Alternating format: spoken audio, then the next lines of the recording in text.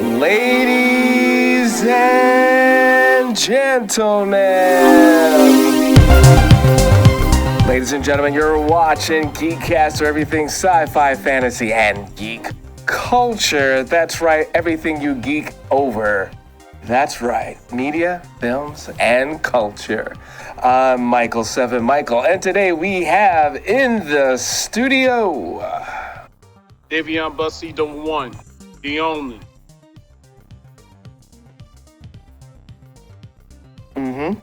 Tweet, tweet. Oh, well, I'm Evette Morales. You can find me on Instagram, Evette Mary Morales. And I am Xavier, and you can find me on all my social media platforms, day and night. Excellent. So, yes, that's right. It's classic. Everyone introduces themselves on this show. Today, we're going to talk about a lot of interesting things, new movies coming out, some old school stuff that says, hey, you should check this out. It's been there. It's been out there. You should check this out. But let's start out with conversation a lot of people had. By now, there should be no problem, any spoiler alerts, because it's been out for a little bit on Netflix. They cloned Tyrone. What do you guys think of They Cloned Tyrone? I'm going to say this, ladies and gentlemen. Say it. Mm-hmm. This movie actually brought out a lot of political Easter eggs and cultural Easter eggs into this film.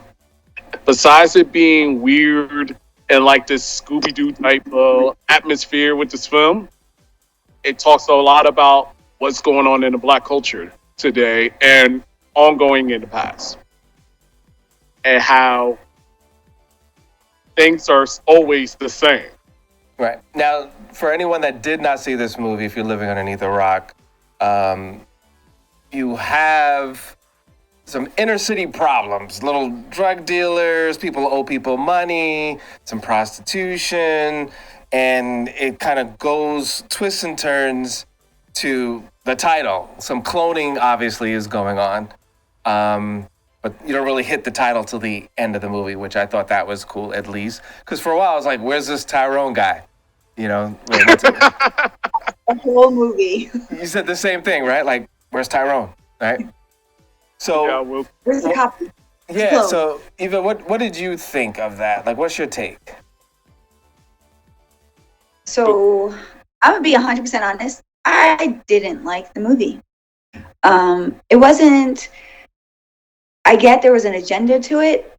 I felt like for a movie that was trying to display Black culture at a time right now, we didn't need that, because it's what we're putting in the forefront. So if the whole idea, sorry to ruin some people's imagery of what the movie is, but people are eating chicken and chicken is allowing them to feel like a certain way, so they couldn't leave the room, they're laughing or whatever. If they're being manipulated that way, we're allowing them to let them know that we know we're being manipulated, and we're not changing that.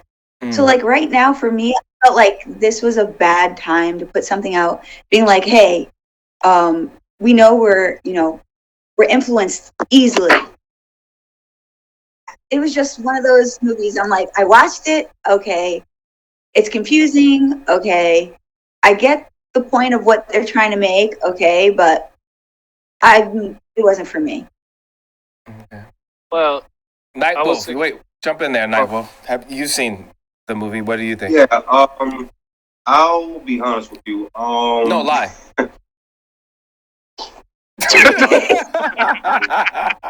I'll be honest with you. I was honest, so now you need to lie. Yeah. To be real honest with you, like, as I seen the movie, it was funny. It was definitely funny. But like,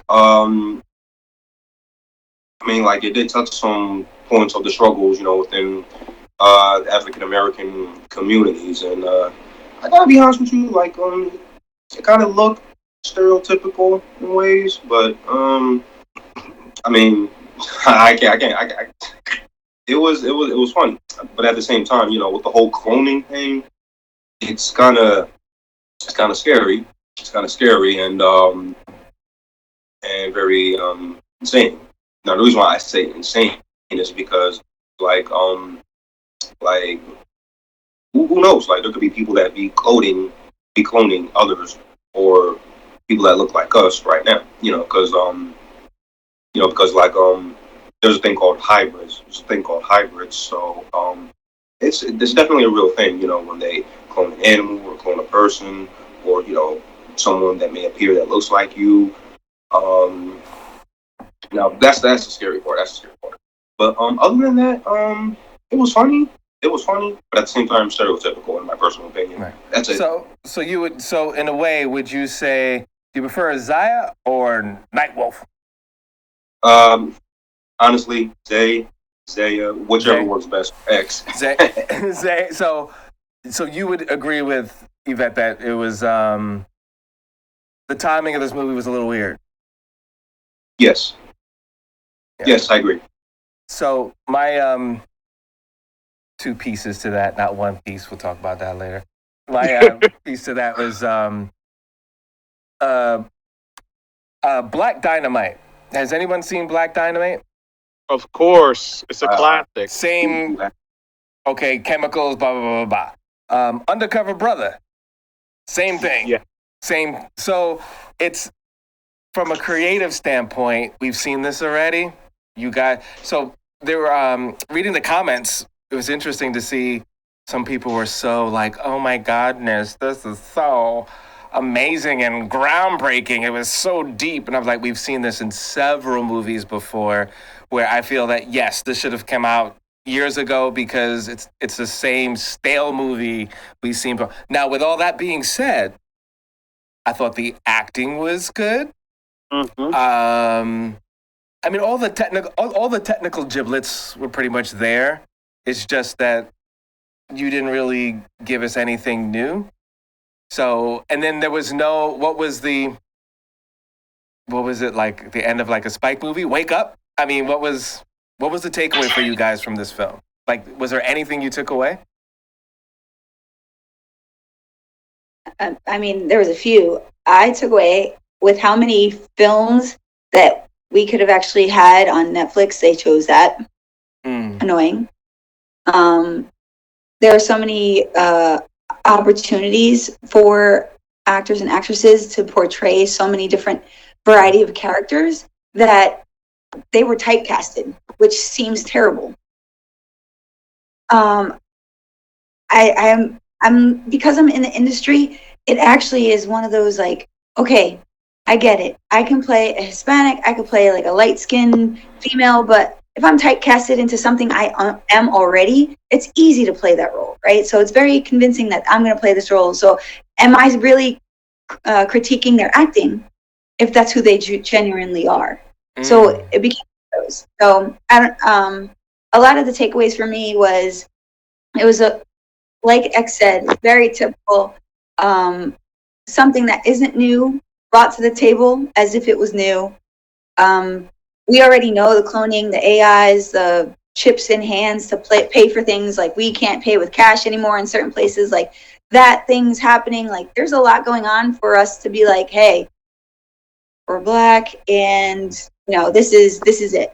We know we have problems. We know we are easily influenced. Like I don't want to watch that. Like that should have been said. You know how to give you a little like story plot. Like we're easily influenced. Like if it would have said that, I would have not watched it. Gotcha. But yeah. So, Dayveonne, anything else you want to add to that, or before we go to another? I was going to bring up the fact that did anybody ever saw this movie? Sorry to bother you. Mm-hmm. I saw it. All right. So I think this is the same director that directed that film, and his whole intake of making movies that's like out of the realm but relates to the urban society. So he's more into the whole setting everything up into anime type, but for Black people. So throwing stuff that is you would see normally in cartoons normally in animation, he puts it in live action when it comes to African American films. Okay, I'm looking that up. So that's Boots Riley. Yes. Now let's see. Did he do that film? I don't. Let me see. He did. I'm a Virgo.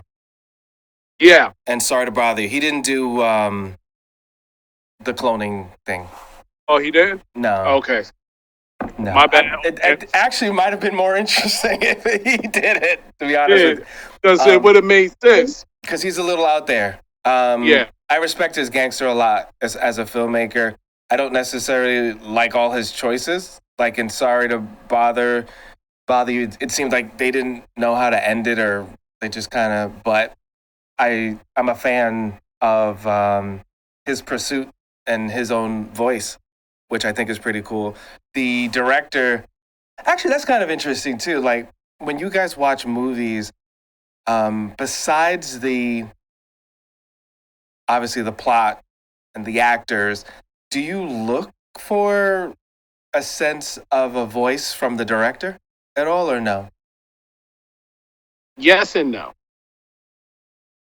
Um, And when we say voice, are we talking about their own style of creation as a voice, or Yeah, correct. the mess? Okay. No, not Yeah. the message, because that would be the writer. So Okay. sometimes these directors, but a lot of times, like Boots, he writes and directs his Mhm. vision. So again, he's a rapper turned director. So you know that writing aspect and turning into a visual is important. At least what I get from it, it's important to him. Right.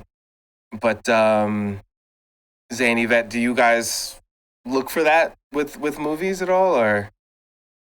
I try to come in with a blank slate with no judgment, because I tend to look from a producer side from my show. So like I try to nitpick and like, oh, I can take that, or I see different angles, or Mm-hmm. so I try to go as plain as possible when I do go watch something. Mm-hmm. But when it comes to the storyline, it has to like, I guess, match what I'm feeling, or if I want to see something dramatic or something theatrical or something comedic, like it has to relate to me in that way, because I'm not going to watch something that's like horror and I want to watch something comedy. So Right. that's the only thing that really is for me. Interesting. in my own words, things have to be like accurate. Like, things like certain things have to be accurate. When it comes to doing film and or of what you're doing. So just trying to critique it a little bit. Mm-hmm. Like I said, things have to be accurate. To what you're writing about, what you're making a story about. Go But for the again, not to writers go too and far, but because you're going a little bit from the question, as far as the director. So, for instance, like I don't know, Tarantino, right? okay. You kind of within the first 15 minutes, you kind of get a feel that this is his film or his vibe, Oh, right? Yeah. So, like, do you look for that as a lover of movies? Do you look for specific people, or like Guy Ritchie? He has a consistent way of telling stories. Are you a fan of that, or you don't really look into that as far as like who's directing? I'm a fan of that. I mean, yeah, I am. I'm Okay. definitely a fan of All right, that. so let's go on to the next thing here. So, there's a new movie out called Book of Clarence, and it is getting, I guess, the normal buzz, love, hate, because it Yeah. deals with the concept of a Messiah and the time of Jesus and stuff like that. Are any of you, have you heard of it? Are you interested in seeing it? Heard of it. I have questions about it. I might go see it just to do a review. Mm-hmm. Depending how that movie comes out, y'all will know on GEEKCASTER and the other show I do. I just have questions about the film. Okay. Any of you say, or have you heard of it? Are you interested in seeing it? I haven't heard of it, but I saw something else on Netflix that kind of threw me off. So it was called The Chosen One, and expecting a one way, and it turned me a different way. So I like was actually upset. I wanted the cliche, Okay. didn't get it. So I don't know if I'll actually watch it. Where is it on? What platform is it on? No, it's in theaters. Oh, it's in theaters. Okay. Yeah, definitely not going to theaters for it. So I feel I'll do the same prediction as I did. What movie?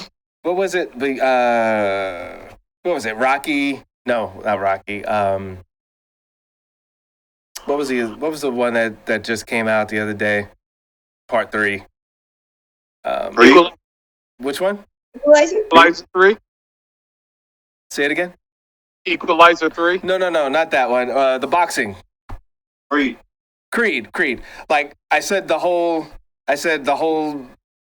plot line even before seeing the movie, and I was like, "This is gonna happen. This is gonna happen. This is gonna happen." So I feel that Book of Clarence is pretty much. I know what to expect. I think it's gonna be the hustler.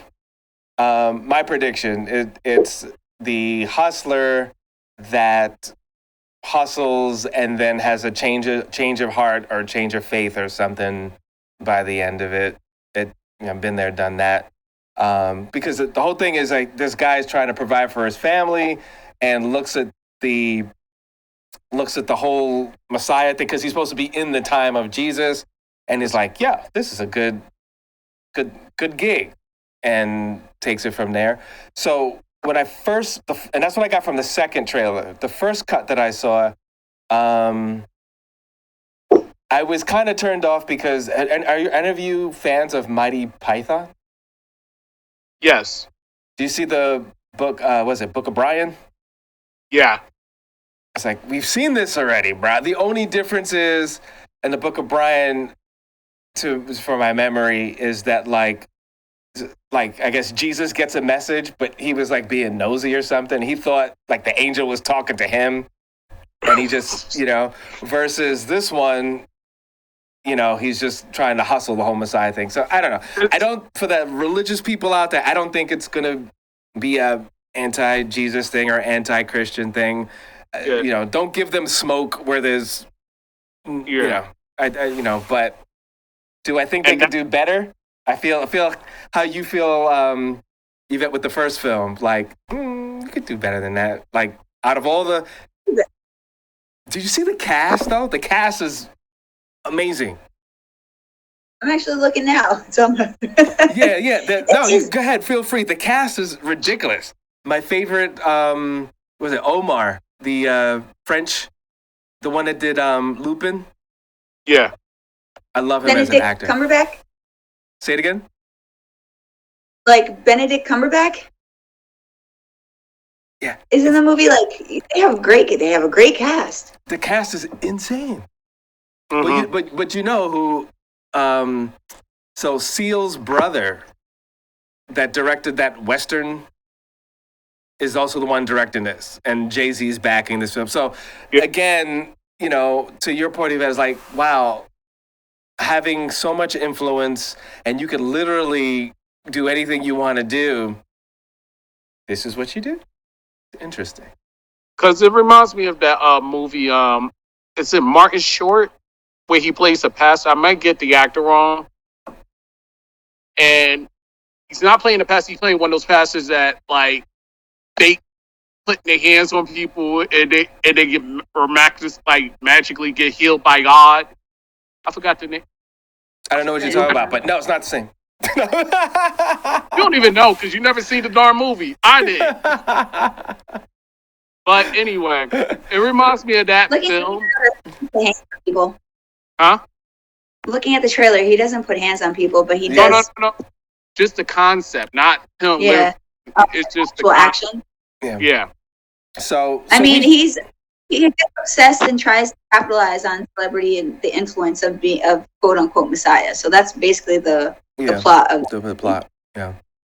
So by accident versus consciously doing it, it's still Life of Brian, but hopefully it's actually funny. I do appreciate that when you watch the trailer, you can't tell if this is a drama or a comedy or what. I thought that was an interesting choice because there's really there's no specific tone. Would that be correct? Yes. A lot of clip. so it's not a full like dialogue anywhere. Yeah. So we shall see. But You shall see. You let me know. yeah, I don't, I'm not paying to go to the movies to see something I already saw. I told myself I'm not doing that no more. I'm not. Money is too hard to come by. I have to ask. What was that last? Oh, sorry. Which one? That's okay. What was that last movie that made you decide never to pay for a movie if it wasn't worth it? Oh shoot! You know what's so funny? It's funny because I didn't even pay for that one, but I think it was which is really bad. What was it? It was that mermaid. It was between Little Mermaid redo, which that was a waste of life, and I only got to like 20 minutes of Barbie, and I said no. Did you like Barbie? I didn't even watch it. Did Dayveonne, you like Barbie? No. No judgment. No judgment. No. I I personally was about to say the HELL. Oh, And then, because there's a lot of people. There's about 6 billion people that I obviously. love Barbie. Don't get me wrong, but when I went to go, There's nothing wrong with Barbie. There's nothing wrong with Barbie. You know what's wrong with it? Before like the trailers came out and all that stuff, they started up little shops. Mm. And I was like, why are they pushing Barbie so hard? Like pictures of the blonde-haired, white, fair-skinned Barbies everywhere, plastered, having brunch dates where he had to dress like Barbie and go. I'm like, what is going on? And then the trailer came out. So like they were pitching marketing plan, amazing. They did a great job. That's why they got so many views. But at the same time, I was like, that was too hard. It's a toy. They could have just made it about a toy. Yeah, they went in. They really invested in their marketing plan. I mean, they got HGTV to do a whole mini season building Barbie homes. I just thought it was, when you got to do that much. Remember those movies where they just showed literally 10 seconds and you were like, yo, I can't wait to see this. I need to see that. What happened? Yeah, but also those were actually good movies. So they actually put the time into the script and the story. So I have no idea what the story's about, but I can only imagine a normal Barbie story. And when I was a child, I never actually watched Barbie in the first place, but I had Barbies. well, and this will be a part 1 and part 2. So let everybody know, everyone watching us live on Twitch, just sit there, be good. If you're watching this on cable, you watch it this week and you'll watch the other half next week. So we will continue. Almost time to go in there. But one thing that turned me off, because I'm a feminist in the purest sense of it's equality. If I can pick up a rock, you can pick a rock. If I can run fast, you can run fast. It's good for the goose, it's good for the gander. That's it. Super simple. I don't like the fact that like all the guys are idiots. Like just because you have a film and you're trying to have a strong female lead, you don't have to have dumb male leads. And we've seen you can watch so many movies that are totally inappropriate today, where men are the geniuses, they're strong, they're the heroes, and women are just eye candy, or they need to be saved and this and that. So you don't make things better by flipping that. You make it better where there's equality. Or here just happens to be an individual that might be weak. And here happen to be an individual that might be strong. They actually did that to Goosebumps, where they did it with all the females. yeah. Yes, and then the male was like a male bimbo, like you Oh my couldn't do goodness. anything. Did you guys didn't see that? Oh, Nah, they flipped the script. Like the women were trapping all the ghosts and getting on. And Oh wait, you the talking only about male. Ghostbusters? The new Ghostbusters? Oh, thank you. Oh, okay. Yes. So I'm about to say Goosebumps. We went back to like we had to read that in middle school. No. So like, they flipped it. I was Right. like, well, that wasn't necessary. It wasn't necessary. Dayveonne mentioned that like a couple shows ago, where it was like, why did you do that? And Helmsworth was more funny than everyone else. Yeah. And he wasn't Which trying to be funny. backfired. Yeah. Which backfired. Yeah. And I'm like, I enjoyed seeing him be comedic than females that were the actual Ghostbuster characters. And they were actually comedians, Yes. which I thought made it worse. Yeah. No, definitely. And that's the thing I wanted to say, like, and I totally agree with you on that, Michael. And I think people don't understand when you're critiquing a film Mm-hmm. and saying, yo, it's bad because of X, Y, and Z. Mm-hmm. Then say, oh, I'm just going to go with the crowd and say, yeah, it was a good film. Because I want to fit in. Yeah, so, and also we're at a very interesting point, too, when it comes to technology. For the most part, things are shot well. Like, all the technical giblets are there. You know, so, like, they cloned Tyrone, like, the giblets are there. The costuming was pretty, no. I think they could have done better with the costumes. But Average? yeah, it was average. It was average and a little off. So that could be a technical critique. But camera person, fine. The lighting was, it could be a little better. Okay, maybe there are some technical things I didn't like about that. But for the most part, it's there. It's there. It's a film, beginning, middle, and the end. The actors did their thing as they always did. They had great casting. Yeah. But all right. So we're gonna just give everybody your social media, and we'll start right ahead with part 2. So, Zay, give everybody your social media. Sure. Instagram, Twitter, TikTok, Xaya, Nightwolf. Excellent. Dayveonne? Dayveonne Bussey on all the things except for Twitch and Twitter. Jamal Williams. All right. Give us your social media and your show that we could also see now on Tubi. Yes. Actually, I was just going to give you my show, but my personal social media is Evette Mary Morales. But my show is called Face Behind the Dream. It's a show that highlights athletes who have turned their passion into a profession, and you can follow them on Face Behind the Dream _ between each word. Excellent. Awesome. So, Michael7 Michael on Instagram. Of course, you go to GeekCaster.com. You're watching GeekCaster. This will be part 1. We will go quickly into part 2. Thank you, everybody. If you're watching us on cable, we appreciate you guys. Yes, we got renewed again, and it's because of your support. You can go to GeekCaster.com to watch all the different videos. Of course, you go to YouTube. But guess what? On our website has all the different videos, and so you don't have to shift through. You can find everything neatly in a package there. You're watching Geekcaster. Thank you very much.